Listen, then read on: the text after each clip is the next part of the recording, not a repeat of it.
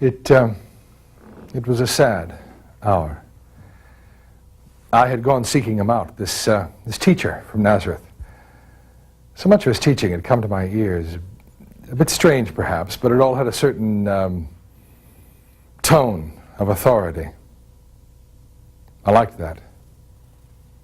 That meant we could understand each other. How did I come to seek him out? That's difficult to say, I suppose. You see, I'm well nigh my 40th year. I'm well schooled in the law and the prophets. Mother would have had me trained as a lawyer, rabbinical law. But father was a merchant in spices from the east. He become quite wealthy, and he needed my help to deal with the caravans. And then, all of a sudden, father was gone. Scarcely 20 years older than I am this day. And all of his wealth was mine. Well, 5 years had passed.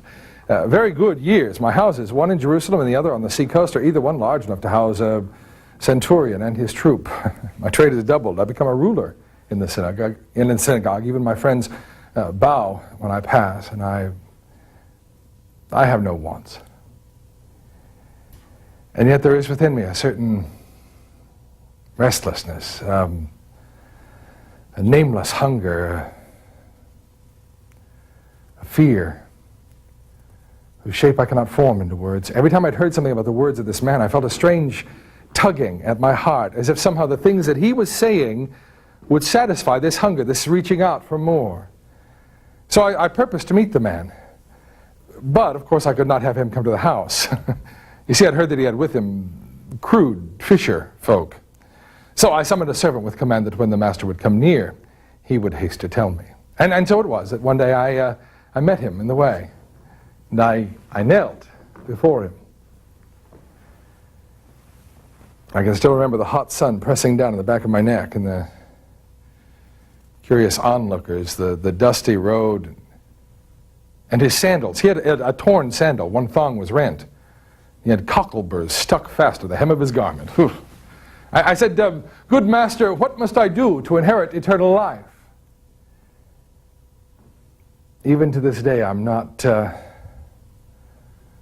certain of all that lay within those words.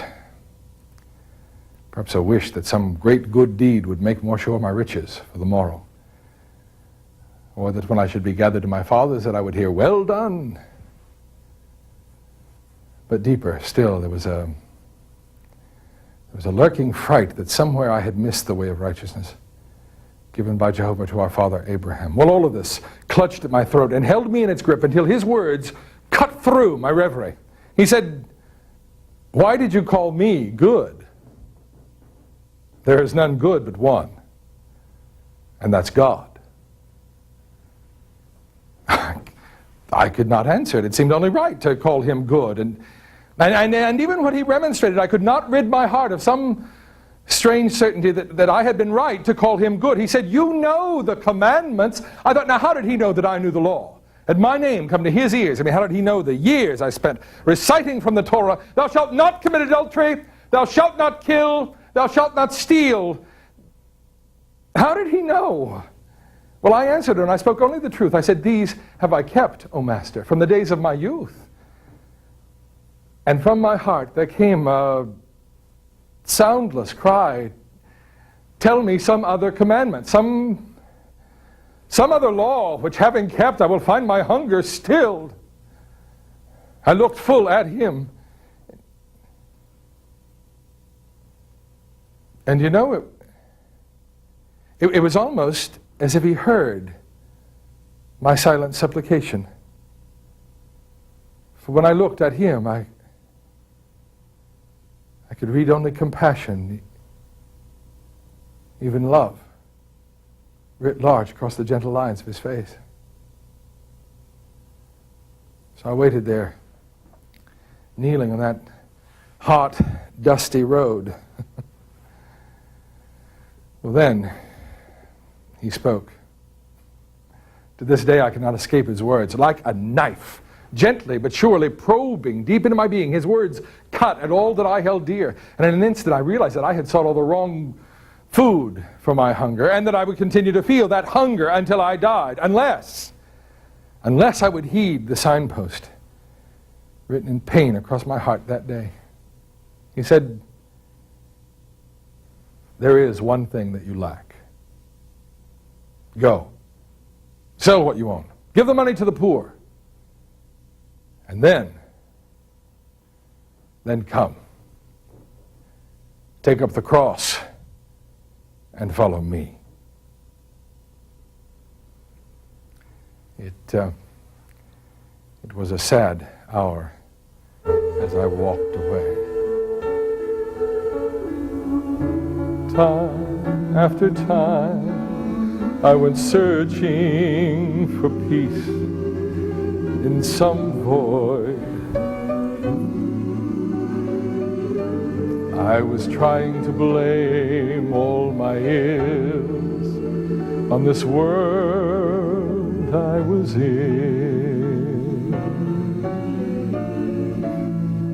Surface relationships used me till I was done in. And all the while, someone was waiting to free me from sin. He was there all the time. He was there all the time, waiting patiently in line. Christ was there all the time.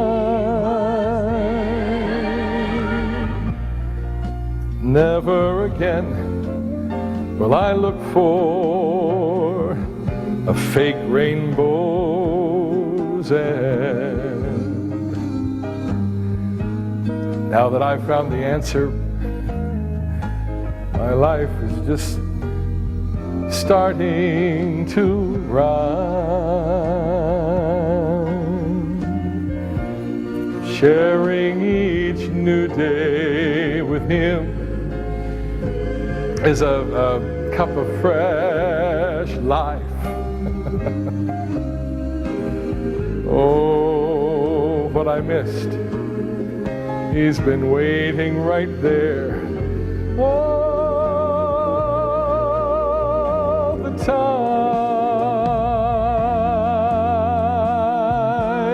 He was there all the time. He was there all the time, waiting patiently in line. Christ was there all the time.